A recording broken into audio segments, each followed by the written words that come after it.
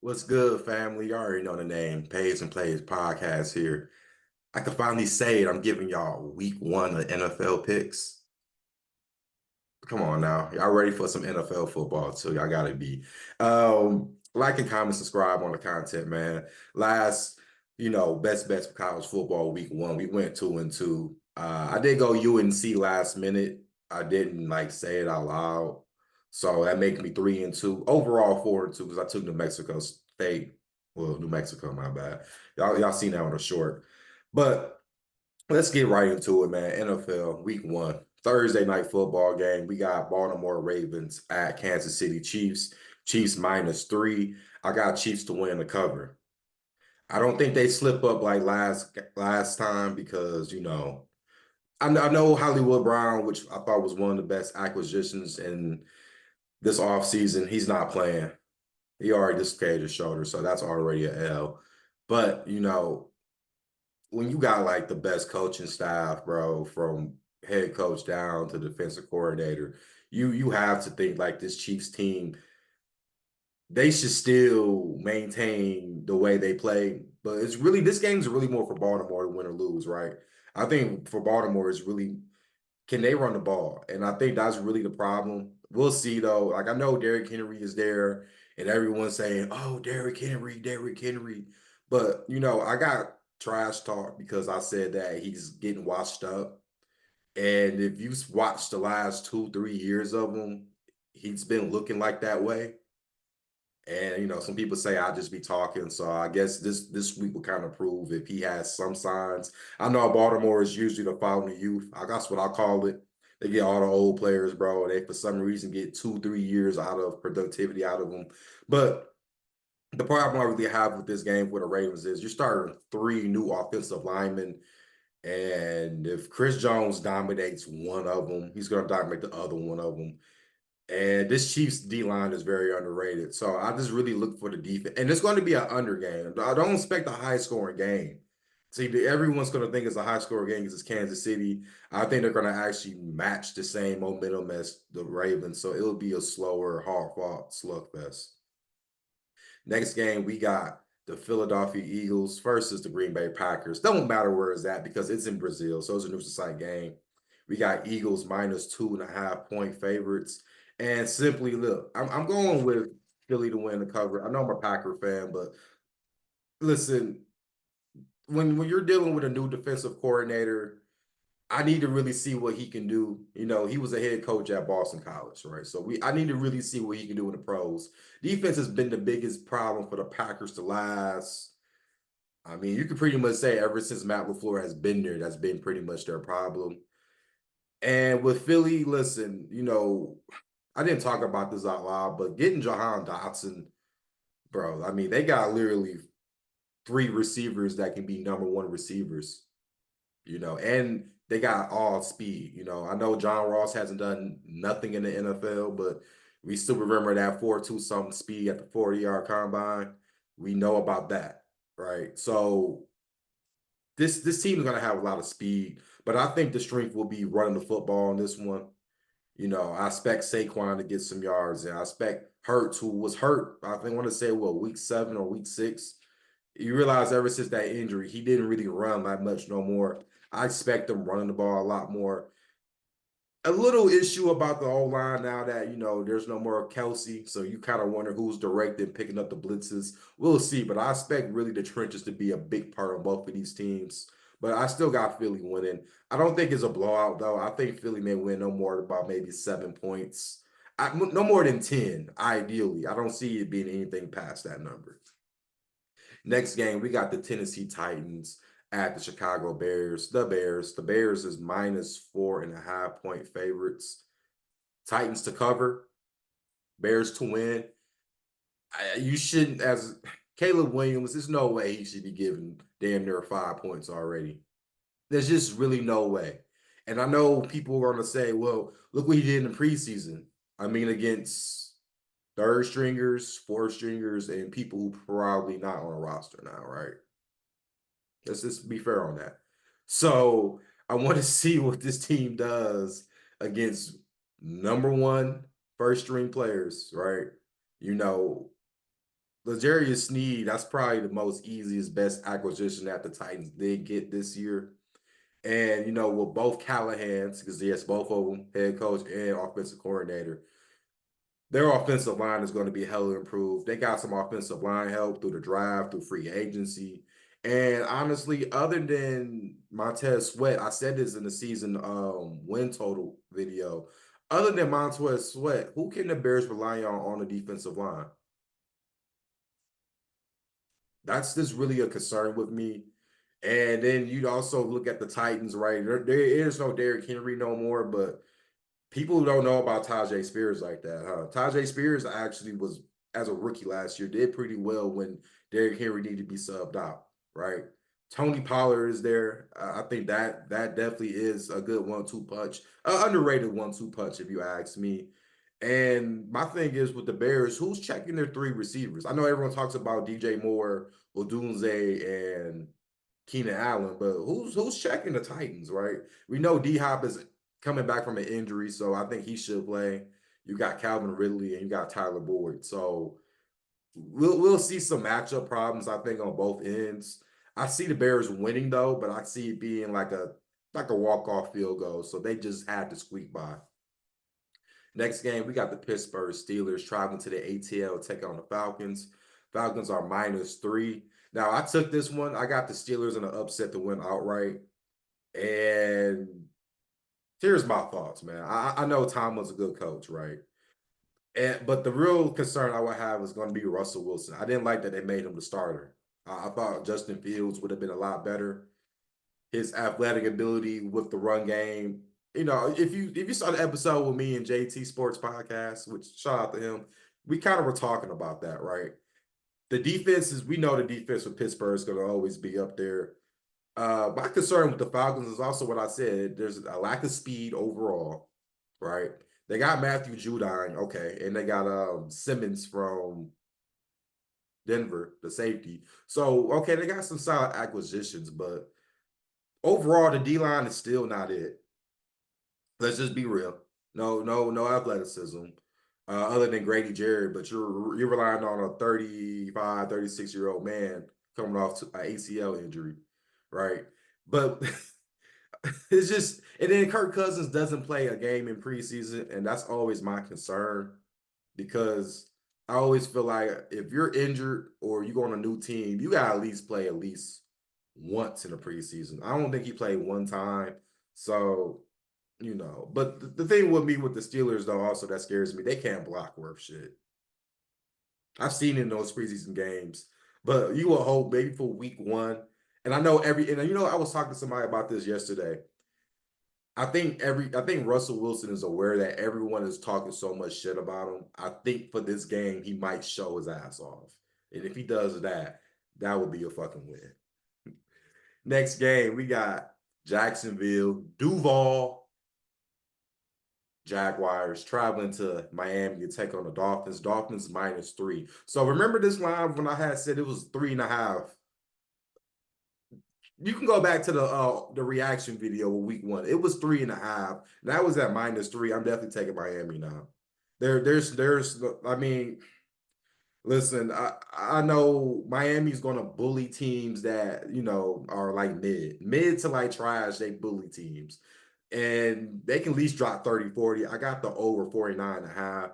So my thoughts is with Jacksonville, I think they'll score some points because I know Dolphins defense is kind of like they're a little beat up. They're a little slow. They're a little new. So I do think with the Jags, as long as Jags score about 17, 20 points, if Miami drops 40 on them, then we know that's 60 points. They're going to cover that, right? But I do like Miami in this game, though, only because Jacksonville still has to figure out on defense, besides the D-line. I shouldn't have to explain the two guys they got on D-line. We know they can do their part, but it's really when you worry about the secondary because who's worried about Waddle? Who's worried about Tyreek Hill? That's really my thing. Who is checking one of those guys? Because I don't think Jacksonville has the corners to do it, but I do think they got the offense to help lean this to the over. So I do got the over 49.5, but I probably will be taking Miami -3 now. I love it. Next game, we got the New England Patriots traveling to Cincinnati to take on the Bengals. Bengals are 9.5 favorites. Pats to cover. That's the bet I have. Pats to cover the plus 9.5. But Cincinnati does win this game. And it's just, I mean, Zach Taylor does this every year where this team starts slow every year. All right, there's times where there've been 7.5 point favorites, 8.5 point favorites week one. They lose outright, right? I'm not saying that they'll lose to this Patriots team, but also what I'm so curious with the Patriots is we don't know what Gerard Mayo is going to do as an overall head coach, especially for a first real meaningful game. We don't know what he's going to do. And I think he went with Jacoby Brissett because we know Brissett's a little more, he's not going to try to turn the ball over, and I think that's really what his plan is. And he's going to rely on his defense. Yes, there's no Matthew Judon, but their secondary is not bad, right? We know about Christian Gonzalez.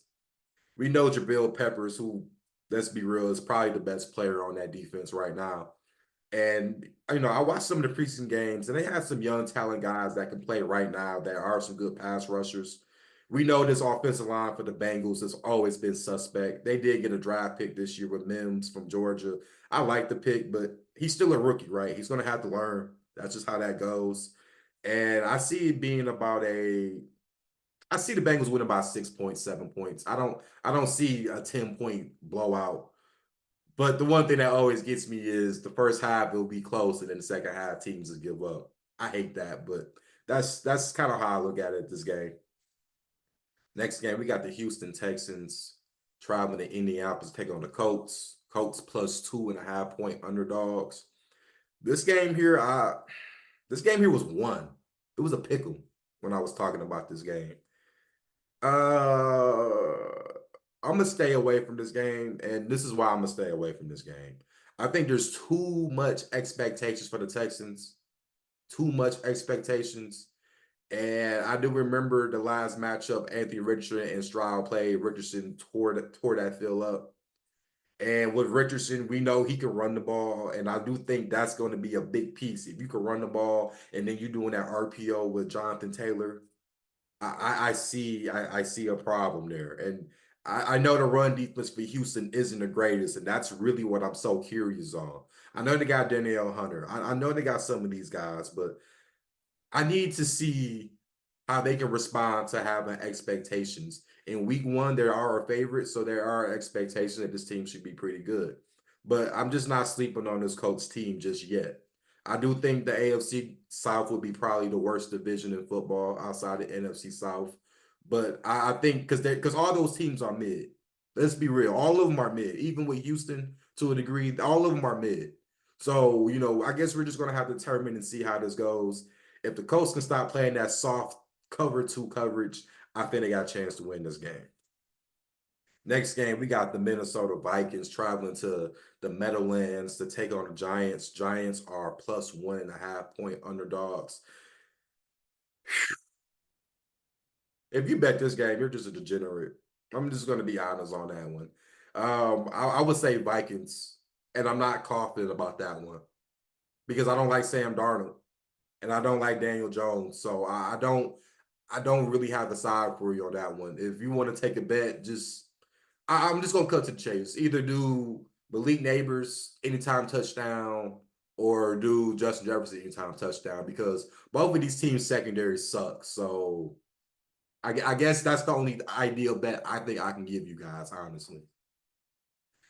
Next game, we got the Arizona Cardinals traveling to Buffalo to take on the Bills. Bills are minus 5.5 point favorites. Now, remember, I was talking about this one. They were plus 7, the Cardinals. I took Cardinals at plus 7 back months ago, so that's already a bet that I have already officially placed. I would take Buffalo to win, Cardinals to cover. I think by a field goal, they should win this game. And with the Buffalo Bills, it's just too many questions now. I have to respect Josh Allen, yes. But I don't think they're going to be a pass first team. I think they're going to be more of a run first team. And we know Josh Allen can run too. You know, Honestly, I'm one of the few people that say I like the Keon Coleman draft pick. I honestly can vouch for that. I like it. I just wish he had a better receiver on the second end on the other side with him that would help him out. Because now you got a lot of these. Chris Samuels, we know he's a slot guy. We got Hollins. He's a possession guy, but he's been a journeyman for a while. It's just questions on that side of the ball, right? And then you go to the defense, who's going to step up? I think that's the biggest question for the Buffalo Bills because you're relying on old man Von Miller at this point in his career, right? Coming off an ACL injury. You, who do you have in secondary? You see what I'm saying? Who do you have in the secondary? Who do you have at linebacker now that Milano's going to be out for a minute? It's so many questions that I don't know. And when you look at Arizona, they may be one of the worst teams this year. Who knows, right? Who knows? But with Kyler Murray at least healthy week one, you have to think he makes the game somewhat close. Now he got Marvin Harrison Jr., so we can see some of the connection that we've been seeing. You got McBride. The offensive line has been better. This is why you drafted Paris Campbell last year. You drafted him to sit back and let them go through the growing pains and him starting. So it worked out. You got a left tackle that is a good young left tackle. So, the defense, I think, would be the problem with Gannon, but he is a defensive guy. So we'll see what they can do, especially when you don't have, I mean, what are they going to rely on, Bills? Dalton Kincaid? Is that what you're really going to be relying on now? So I'm just going with the Bills to win. But like I said, if you didn't take Cardinals at +7, I don't really know about betting +5.5, to be quite honest with you. Next game, we got the Oakland Raiders traveling to LA to take on the Chargers. Chargers -3-point favorites. I got the Chargers to win the cover. Now, will this be an easy game? No, because I've said this even in the line reaction video. You got all the Bathos, all of them coming from South, somewhere in South Central or whatever they're going to be at in LA. Listen, it's going to feel like a Raiders game because the Raiders used to be there. So it's going to always feel like that, even if it's the Rams playing them or the Chargers. That's just how that goes. No real home field in LA. I think we can all admit that. But I think with Harbaugh coming in, we know the defense is going to be more physical. Listen, you got this is the healthiest we're going to see, Joey Bosa and Khalil Mack and Durham. This is the healthiest we're going to see them. So I expect them to make some noise on that side of the ball. Gardner Minshew, I don't even really know what to say about that, right? It's more on the run game. Can we see them do anything with the run game? Because we know the Chargers' weak point last season was against the run. And with the Chargers, the Raiders correction, not having Josh Jacobs, I guess we'll really see if they can do something. Listen, I respect Devontae Adams, and we know Devontae Adams is going to have a lot of attention on him. But you flip into the offensive side with the Chargers, Herbert with that injury does scare me, but he is going to be playing. And I expect a lot of physical. I mean, listen, bro, like with Harbaugh, we've seen them come in with the 49ers, not have the greatest receiver core and made it work through the run game. So I expect a lot of Gus Edwards and a lot of Gus Edwards and J.K. Dobbins. I had to think about that. J.K. So I expect a lot of that, but we'll see. But I got the Chargers to win the cover of this game. Next game, we got the Denver Broncos traveling to Seattle, take on the Seahawks. Seahawks are currently 5.5. It was 4.5 like a couple of days ago, but 5.5-point favorites. I got Broncos to cover, Seahawks to win. And I mean, I have to kind of pick Seahawks, right? Because also I got to, if y'all listen to my little over-under season total prop, y'all saw I picked Seattle to help over that one. And what this game is, listen, I like what Bo Nix can do. We've seen what he can do.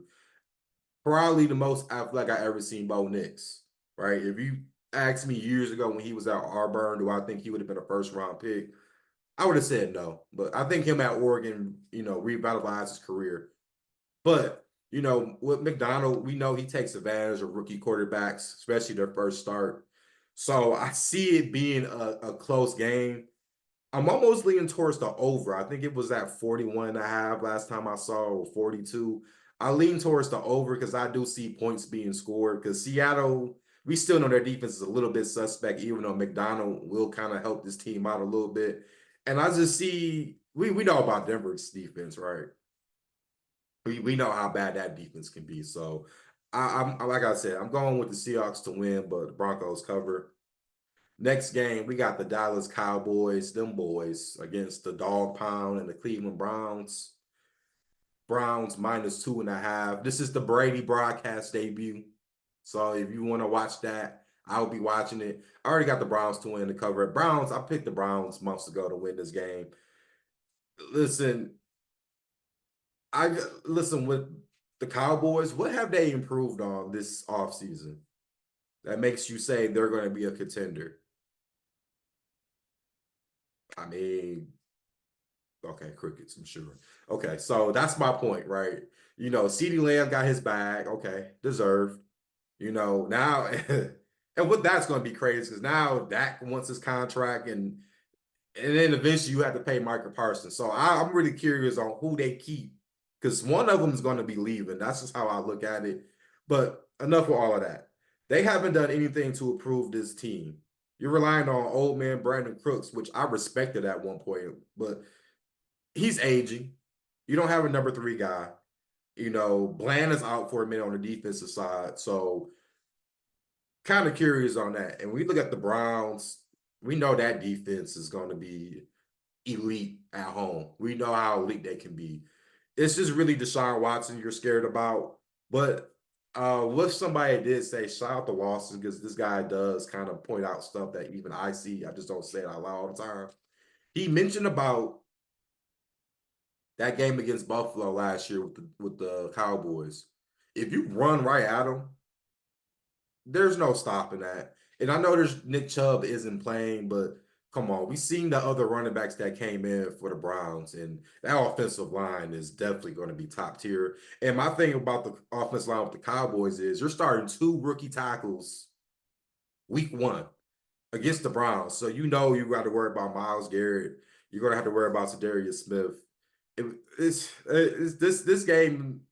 It's going to be an interesting game, so I really look forward to it. But like I said, I got the Browns to win the cover. That's definitely one of my best bets for NFL. Next game, we got the Washington Commanders at the Bucs, traveling to Tampa. 3.5 point favorites for Tampa Bay. I'm not touching this game. I don't like the hook. I do think the under 44.5 may be a good play. It possibly would be a good play because with Dan Quinn coaching that defense for Washington, they should be a lot more better. And Todd Bowles, when it comes, and he is another guy with rookie quarterbacks, he can come in and he can game plan and make you feel uncomfortable. So I see it being an under 44.5. Don't be surprised this year if Baker Mayfield kind of has a little bit of regress because Canales isn't there.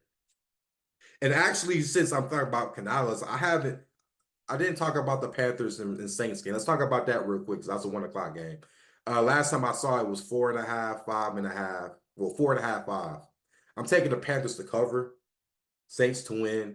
Everyone's going to think this team is no good, right? Because the Panthers. But I will tell you this: the one time we saw Bryce Young play, well, some of the starters played this off preseason, the last game. I saw signs that this guy can move the ball down the field, right? The Saints team, let's be quite honest, man. This team is old. It's old. And I think they can win this game, but I wouldn't be shocked if they lose this game. It's a division rival game on top of that. Panthers and Saints games the last 2, 3 seasons, you can check. It's been either a split or it's been close games either or. And especially division games week one, man. The week one dogs in division games usually cover. I'll take the bait. I'll take the Panthers to cover, but Saints still win the game. Now let's get to the 2 primetime games. We got the first one, Sunday Night Football. LA Rams traveling to Detroit, take on the Lions. Lions are 3.5 favorites. Rams to cover. Lions to win. Even with 3.5, yes.